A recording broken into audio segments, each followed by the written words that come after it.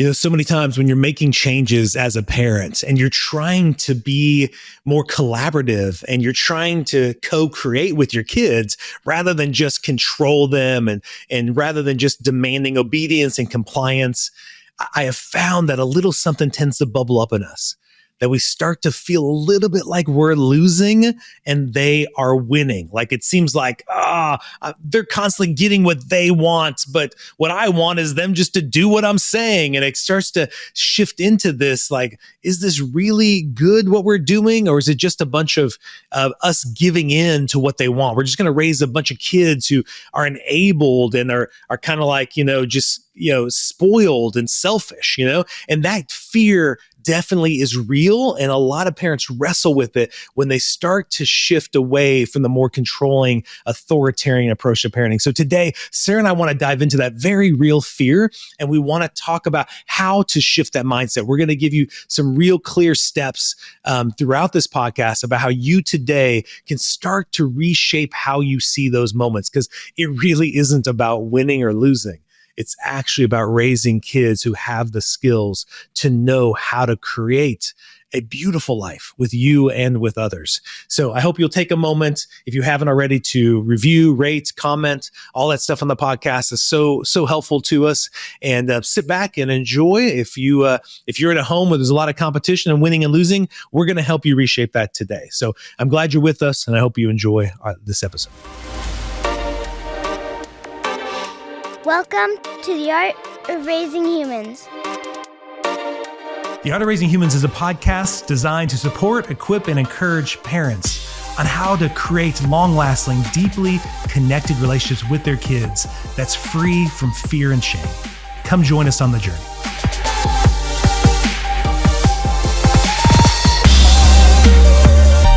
Hello, and welcome to The Art of Raising Humans. I'm Kyle.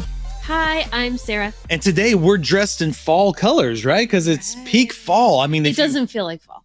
But I'm wearing black, you're wearing brown. If people want to see this, they should go check out our YouTube channel, right? Yeah. We don't have a gigantic following over there, but it is, I think it's close to a few hundred, maybe something like that. I actually don't remember. Okay, I don't remember either. I don't know. But you should definitely go check it out. You can see all this visually, see our fantastic bookshelf behind us. We've got some amazing books on our shelves, but we're also dressing for the season. I hope you're enjoying your fall season. I'm sure Halloween's right around the corner. I think this will be dropping maybe the week of Halloween. All the pumpkin. Yes, we love pumpkin flavors. We love the fall, the pumpkin spice. Yeah. We like the drinks. We like the food. So I great. hope you're eating that up and enjoying that. Our kids look forward to the changing colors. We're in Oklahoma, so the colors aren't vibrant, but they are still beautiful. Yeah. It just comes a little later. Not as pretty as the north and east, but. But just so you know, if you're getting to know Sarah and I, fall is our favorite colors. Yeah. Color. Season. and it's our favorite color because it's so pretty.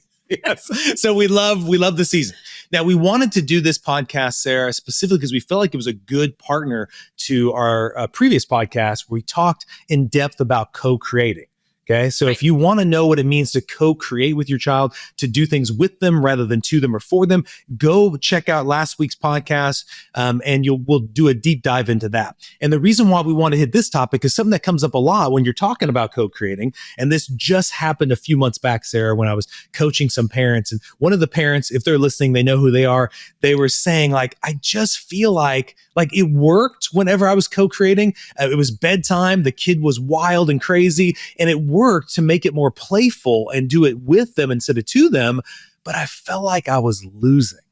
Right. And I think we've been there. Yeah. And I think that's a real common when you mentioned this. And I thought when we were working on the last podcast, I thought this is going to trigger this because I could feel those messages arising and coming up in my head where I'm like, but I mean, if I'm always doing this, sometimes kids just need to do this. I know. Yeah.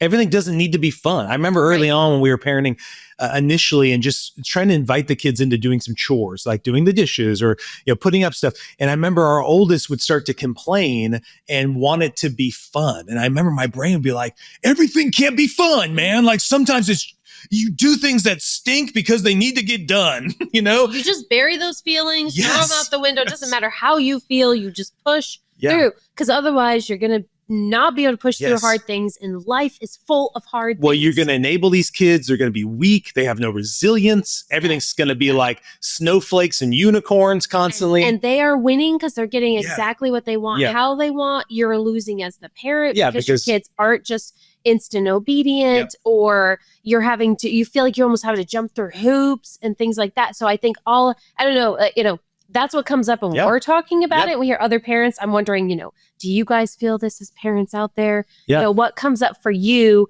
when you think about using play in parenting, or think Yeah. about co-creating in parenting?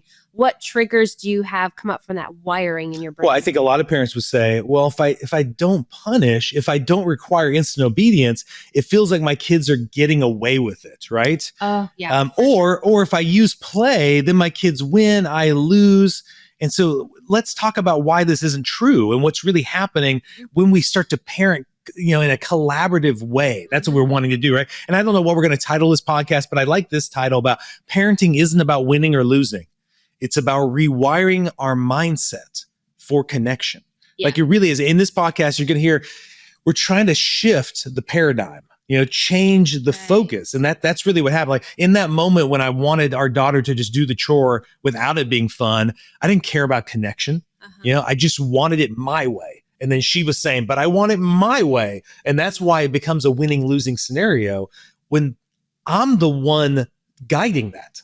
Like I'm the one letting her know if this is a winning or losing by how I react to it. And so we want to talk about how you can respond differently in those moments, and it can become an awesome moment for connection, but also just teaching your kids a different way of approaching those moments. Right. Okay? Right. It's this, we get this fear response in us, and it's that old wiring, and so it's this conversation today is recognizing that and kind of reframing things in our own mind instead of the winning and losing, reframing to this connection mindset and what it's building in us and in our children. Yeah. So let's talk about where that comes from, right? Where's the winning, losing? Like, why did I immediately go to that when those situations happen? Why do so many of us, and you listening know if you do, just default to that? Well, first of all, I think because it's rooted in kind of old models of parenting, kind of that authoritarian, obedience-driven parenting. It was my way or the highway type thinking, There was very few options. And so in that looks very much like a dichotomous, one of us wins, one of us loses. Right. And I want to say it's in parenting, but I would say that mentality, it's in the workplace, that boss versus employees. It's like the employees are against the boss or trying to get things from the boss, or, it's like this, not together, they're opposed, or the boss is trying to make the employees work. And if he doesn't, hold something over them, their paycheck, whatever, then things aren't going to get done. They're not going to work. It's all over the place in the school system. That I also think it's very much shaped by our culture, our family of origin, and kind of our fear of raising entitled kids, So a lot of the winning losing happens in the sibling relationships. A lot of it is like you're trying to get your parents to do what you want rather than what your brother or sister wants. So and then like you said, in the school system and those kind of things, it is a real winning, the teacher winning, you losing. I mean, I've had teachers when I was a school counselor say if they give into the kid, that kid is going to win and they will lose. Among friends, kids in class who's winning and losing. I mean, we won't get into all this, but even the grading system, and there's so many pieces that are woven in where you are winning with this and you're losing with this. Yeah. And then I think punishment is an easy default because it does feel like it gives us control. It feels like we are winning. Yeah. We have the power and I can make you do that thing. Right. Power and control means winning. And honestly, feeling that lack of power control pulls up a lot of anxiety in us. If maybe that's not your word for it, but when you feel out of control, when you feel powerless, that's a really awful feeling. And this it pulls up that feeling in us when we're in this moment with our kid. And it could be something really, really important. Yeah. We'll feel so powerless and so out of control. And this is our way of regaining that sense. And, Yeah. And I really do think it does bubble up almost everybody, that fear. We don't want our kids to be entitled, to be spoiled, to think everything's just going to come easy. It's not, And I feel like we're preparing them for the life that's ahead of them. People will say that. The real world ain't going to treat them like that. They need to get ready for the real world. Parenting, if you read comments, comments on posts, man, it's so full of that. And then I don't even mean to, I'm not even saying that as like belittling those people. That is a very real concern. I can relate to that concern. So we had that same yeah, fear. it's a mindset, and we just want to challenge that a bit. Yeah. And so the problem is really when you're doing a winning losing type scenario with kids, it sets up parents and kids as opponents, instead of actually being partners. It makes co-creating impossible because you're really on two different teams. So you're really, and even like we've talked about this before, about you end up becoming a referee between the siblings. Everything becomes a competition, and it's all about, if I lose, no one's going to feel good about that. So then I got to find a way to undermine my sibling or you so I can win next time. And it becomes a real, almost like a value in the family, that we all are trying to win. Right. And it does exist. We're not denying that this dynamic doesn't exist in lots of places. Obviously the judicial system. Yeah. There's places this is very, very real. Where the idea is like, is that where we want to be? Yeah. As Is a that family? what we want as a home? Yeah. So then let's shift it. So how do you shift that mindset and move away from that? See these moments differently. Okay. So if I don't want it to be about winning and losing, I instead want to rewire our minds, our brains for connection. Then we want to get away from the old question. So the old question that lots of us have in our head that our parents were asking is, how do I get my kid to comply? How do I get my kid to obey? How do I get my kid to do whatever it is, right? And so implied in that question is a real power dynamic that winning and losing is always going to be at the core of. It's my job to get my kid to do that thing. Mm-hmm. Yeah. The very wording of that, when you're coming with that mindset, is a power dynamic. It is coming from that place. Anyone who's going to do something to you, right, or make you do something, you can feel it inside of you instantly. If your boss was, I'm going to make you do this, or you can feel that inside of you. That person, that boss is not on your team. Yeah. There's something inside of you that rises up to that. And it does in children. And it's healthy. Too. I think it's healthy. There's actually this autonomy that I think you have, that every kid has, that says, I think I can choose here. I can do something different. It doesn't feel good to adults. It doesn't feel good to kids. Yep. Right. And there's a way for everyone to have a sense of power in a situation. Yep. So you want to switch it. Let's start asking a new question. Get away from the old question. How do I get my child to obey or comply? Let's instead start asking ourselves this question. How can I help my child be more likely to choose? Or in other ways, how can I increase the likelihood my child will choose to? A real quick one that always pops in my head, Sarah, is, some parents are like, how do I get my child to tell the truth? Well, I don't think you can. I don't think you can get you. But what you can do is you can increase the likelihood of them telling the truth by being a safe person to tell.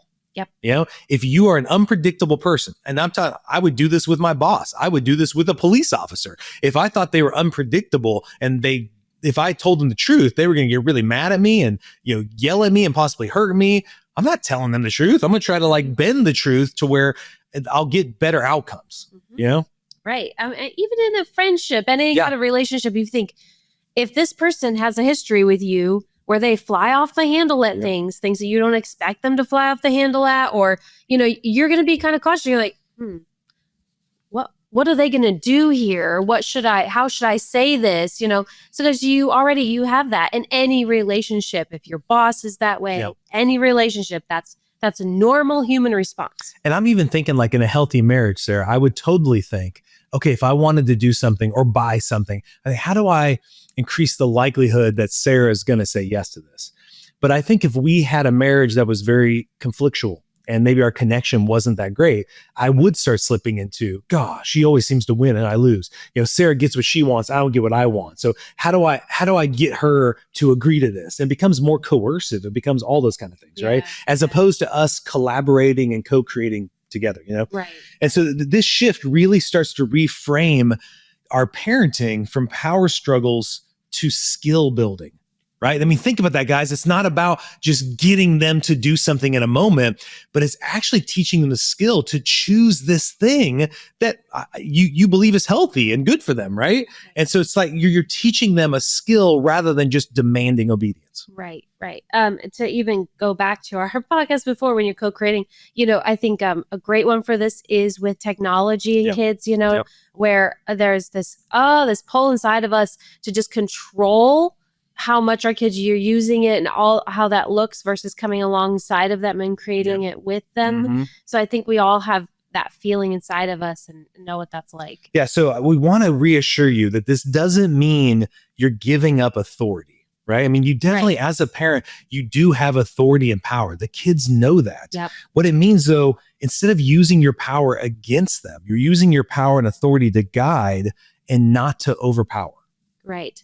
We still, I mean, I think all the time we've had lots of responses on social media this way too, where people think you're saying you have no boundaries, your kids are just running wild, they're doing whatever they want to do, you've given all your authority up, and that is never what we're saying. That wouldn't be building the skills and that you want your child to have. So we're very much about that, about healthy boundaries, about healthy relationships, all of that. And I feel like this is just that mindset switch that makes those things more beautiful. And it's in relationship and it's preserving the relationship, because you will lose more relationship the other way. Yeah. And so next we want to move into specifically kind of what this one parent was saying that I was helping parent coach. And it was a thing that I definitely felt when the kids were littler is play just seems like I'm losing, And I want to talk about why play isn't losing. And, I think it's interesting when you watch all the really good, children's programming, such as like Bluey or Daniel Tiger, or man, our kids used to love Doc McStuffins or all these things. It's like anytime these shows that these kids love, the parents are always making it playful. And then what you see these really good results. I think even as a parent, I'm watching, oh, that was really creative. That's really cool. They came with that. I don't ever think, oh, beware, you keep doing that, those dogs are going to you might be a little intimidated by their playfulness and creativity. Right. No, they do have a lot of energy. They do. That's true. We don't always have that much energy. Especially on Bluey. No, he's really good. Where he was rolling down the stairs in one episode of that. Yeah. But the ice cream. I'm not that's right. That. But still, you see and you go, that's super fun. I can see as a kid why you'd like that, right? But the objection is they need to know, our kids need to know, life isn't always fun. So why should I use play? I mean, sometimes you just need to get it done, whether you like it or not. Right. And you want to reframe that. It's like, I want to look at it differently. This took some time for me to buy into this, but play is our kids' natural language of learning and connection. It's just how they do it. It's how they make friends. They're much more cooperative with a friend who plays with them, Right. And in the same way, if you're wanting a certain outcome, the way to probably create that likelihood is to make it playful. Yeah. Right. And it doesn't mean that's going to be forever. No, it won't. It's just a skill early on to teach them this is how we cooperate. Yeah. If you feel stuck in that now, having teenagers can let you know it won't last forever. Yes. I felt like we had to play all the time when they were young. And you know what? We're just not there anymore. We're not there anymore. And I think it's part of scaffolding. We have to remember when your child is really little, when they're 1, you're using very simple words, right? Sit, you don't want to go into a big dialogue because your 1-year-old is not going to understand all of that. Mm-hmm. So it's easy for us to go, well, I need to scaffold. I need to do little things because they are little. And it's the same way we need to recognize that our children's brains developmentally, they're in a place of play. So if you want your child to actually learn, if you want them to actually grow, you meet them where they're at developmentally. They will not be there forever. You will not need to play with your 18-year-old, even though playfulness, we all enjoy it. Yes, it just will look different. Yes, it will look different. Yeah. And so when you're feeling tired, I know I would get tired. I would just not. I don't have any more in me. Yes. So just realize it won't last forever. Mm-hmm. And it's okay. We had our moments where I just didn't have it in me to be playful right then. That's okay. Yeah. But when we can, I'd recognize, okay, this is my child's language. I'm going to be more successful if I actually use the language and the space they're in than if I keep trying to fight against that. Yeah. And so if we'll just not go super deep into it, Sarah, but let's discuss a little bit of the neuroscience of play, that basically when you start playing with your kids, when you do make something playful, it actually activates those neurotransmitters that I'm sure you've all heard all about, stuff like dopamine and serotonin, but it also activates oxytocin, which is our bonding chemical. Yep. So that's why you're going to see more cooperation. It also helps those mirror neurons. Like what you'll find, you might start having fun too. Yeah. You actually, it will help you shift in your brain to where you're seeing the task in a completely different way, And so inevitably you end up through the play, you're deepening attachment with your kids and it's helping your kids be more receptive and open to you. But it also play reduces the cortisol level. So it makes their the stress chemicals go down, which means the kids are more likely to learn. I mean, get this, guys, this is what really helped me change. It helps them actually be more likely to learn and remember, the limits that you're setting better and the skills that you're teaching them better. So they're more likely to be able to do that task on their own in the future without you, because it is fun. Yeah. So basically, bottom line, if we can use play, when we use play, they're going to be happier. They're going to learn the skill faster. They're going to be more attached to you, and their stress levels are going to go down. Yeah. Yep. So that's the hard science of what happens when we can switch into play mode with our kids, and why we're such big advocates for it. We've had people on our podcast about it. It is very, very powerful. Yeah. We have had some great voices. So if you want to go back and look at, we actually had the author of The Way of Play on, Georgie Wisen Vincent. She was talking about it, but it's a lot of great guests. But I love this example, Sarah, that you provided here. Is instead of demanding pick up your toys now, which that was something I would have said early on, pick up your toys, come on, let's do it. Instead, invite the kids to play. Can the toy cars race back to the garage, right? When you do that, I know lots of you say, I know, but some of us don't have the energy. I get that. But you do know when you do that, you get faster results, less conflict, and everybody's in a better mood. I want to say, when we were talking about the brain chemistry, we were talking about the kids, but actually that's what happens in us too. Yeah. We actually attach more to our kids. Yeah. We lower our stress. So in those moments where sometimes I couldn't do this, but sometimes I think, you know what, if I just start to play, I will feel better. And it does. It's 100% true. Yes. It'll do that in us too. Yep. It increases your joy, increases your energy, all that stuff. So, and so that basically we want you to understand that play isn't losing. It's using the most effective tool for a child's brain. Okay. Now, I want to talk about the rewiring that parents must do. So like, what's the ways that I had to rewire, you did, Sarah, is that it is hard to let go of punishment because it feels effective in the short term. Yeah. So it's hard to let go of that because it does seem quick. It seems like it gets the result quickly. Now, I know many of you who've been with us for a long time, you're like, well, no, it doesn't, because in the long term, it creates a lot more problems. We totally agree. But in the short term, I think our brain defaults to that because it says it gives me control quickly and it makes the kid do what I want. Yeah. Right. Yeah. But you got to recognize the discomfort. It may feel like weakness to participate in something like just negotiating with the kid or collaborating or playing with them. It may feel like weakness. I remember, Sarah, the first time this shifted for me, I remember we were driving home from some kind of church thing we'd been at, and it was late at night. I knew the kids were tired, but there were several things we wanted done before the kids went to bed. And I was always a little anxious about bedtime. They were little and we'd been out too late. I'd be like, okay, I got to make sure I assertively set the stage. So I remember saying to the kids, listen, we get home, we don't have much time, so you can either do this or this. And I remember Abby piped up and said, well, what about this? And it was like option C. And my first one was like, no, I said option A or B. But then as I paused and thought about it, her option C was actually a lot better than my option A or B. It was better for them and better for us. And I thought, why would it hurt for me to say yes to option C? Yeah. And actually then I felt kind of proud. I was like, it's really cool that Abby thought of that she came up with option C. She was only like 5 years old. And the fact that she could think of this third option and she didn't just get mad at the two I came up with, or didn't just say, fine, I'll do A, Dad.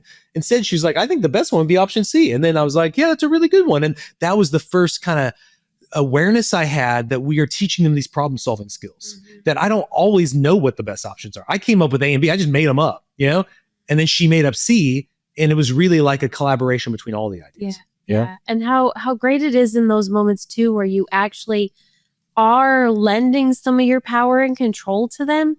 That is great, right? We want them to feel like they can enter the world, have some power, have some control, be able to problem solve, make decisions, So if we can kind of step out of that being a threatening thing to our authority, and just look at, is this a healthy place? Is this a great skill that they're building? Awesome. Let's go for it. Yep.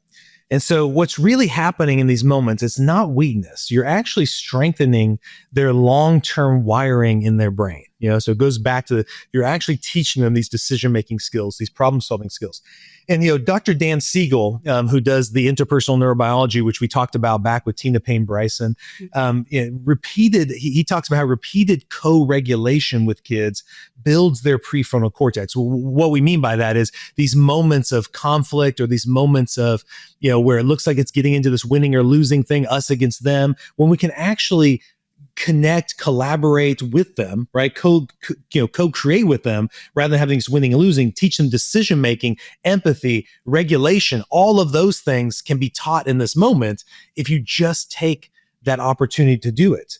And authoritarian control, what it does, it triggers fight or flight in our kids, Yeah. So when we don't collaborate and we just start doing the win-lose mentality, it actually causes our kids to go to the downstairs part of their brain. That's Dr. Siegel's kind of verbiage. And collaboration builds the upstairs part of the brain. So think of these like muscles. Like when we start using our power against them, the kids' amygdala and their fight or flight will get more used and more exercised and strengthened, right? Okay, so yeah, like more wired to default. They're going to fight against you and you're strengthening that part if that's their personality. Or they might be just that, yes, whatever you say, child. And then you're strengthening the yes kid who says yes to authority all the time, even when it's not safe or even when they have something in them that goes, I don't think I should be doing this. You're strengthening all of that in a child, which isn't really the long-term goal, even for the compliant one, because I feel like I need to say that. People are like, oh, I don't want the kid who's going to fight against me. But you don't want the yes kid either. And so you actually want to be wiring their brain to default to that upstairs part. And just so you know, for the future of your kids, them having that prefrontal cortex more wired to where they can think collaboratively, that's something that's going to help them beat out AI and all of this automated stuff as an employee in the future. And that's what we're really excited for our kids, is as our kids are able to listen to what their boss wants or what they're being asked to, and then they can think of it and go, oh yeah, I can totally do that. Or, oh, I think this other way might be even better. That's something a computer isn't going to be able to do as effectively as them. So it's going to be something that sets our kids apart as employees or as entrepreneurs and all that kind of stuff. So that's another kind of bonus that I'm just adding in there. So I want to end with this kind of long-term, this long-term like gift that we're trying to give our kid through this process is kids raised in collaborative, connection-focused homes see these outcomes. One, they develop self-discipline and not just obedience, which is amazing. Two, they learn to make like healthy choices without external pressures. So they're not needing us there constantly be watching over their shoulder to know what the best choice in a given moment is. And three, they experience their parents as allies instead of adversaries, which is fantastic. And then there's these cool, really, really neat relationship outcomes that I know all of our listeners want to have, Sarah, is our kids will become more respectful, more trusting, and have less secrets. They won't feel the need to hide from us. And that's really a lot of times when you're not doing this early on, then you find teenagers who get really good at being secretive, and it's really hard to get to their hearts because they've been so skilled at hiding aspects of them, right? But it also, teens are more likely to choose alignment with the family, like joining with the family and the family values because they feel some ownership in having created them with you, which is really so cool. Yeah, it's really cool because they feel like I helped create this. And the last part I want to say about is parents gain peace because they're no longer locked in existing win-lose battles. Wouldn't that feel great? To get out of these I feel like battles? we're in this place because we've been doing this long enough. It's really fun to actually see it in our family. And then with so many families that you've worked with, that we've worked with, but you in particular do a lot of that coaching where it's like, now we got story after story and family after family who is seeing this change through that. Well, and you saying that, I just had a family in the other day they've got some teenagers, and as I've been helping them, they originally came in with one problem with one kid, and now they're realizing like what I'm teaching is going to help them with both kids, and now they're saying, I wish I would have known this back when they were little. This would have been a game changer because we've now spent 15, 16 years doing it one way. And that dance is really entrenched in our family. And you can still shift it. Yeah, you can shift it. But man, if your kids are, if you're listening, your kids are older, hey, it's not too late. You can actually shift it. It's really fun. If your kids are younger, man, jump on. It's going to pay off. Well, on that, Sarah, I want to reassure parents who are listening that shifting parenting, this parenting mindset from the win-lose type thinking is really hard, right? It takes rewiring old beliefs. And so I want to give you this kind of big picture. Parenting isn't about winning or losing. It's about building brains, about building character and building relationships that are going to last a lifetime. So this week, notice the moments when you feel like you're losing as a parent. Ask yourself, what am I actually building here? What long-term gain is coming from this short-term discomfort? And we would love to invite you to share these experiences you're having. If you take this challenge on this week to notice this and to start shifting this mindset, we'd love to hear what that experience is like. Feel free to email me at kyle@artofraisinghumans.com. Definitely rate, review this podcast, share it. If you know some families that are constantly getting in the win-lose scenarios, you've got, brothers or sisters who have kids, and you're like, oh, they could really send this to them. We want to increase the reach of this. And once again, we've got some really great guests coming in the future. So be on top of listening every week, and definitely make sure you're subscribing and getting this updated each time. So we thank you so much for taking this moment to listen and to help your family be the family that you're really wanting to create, where we're collaborating instead of just competing and winning and losing. So we hope you have a wonderful Halloween and you're enjoying your fall. The Art of Raising Humans podcast should not be considered or used as counseling, but for educational purposes only.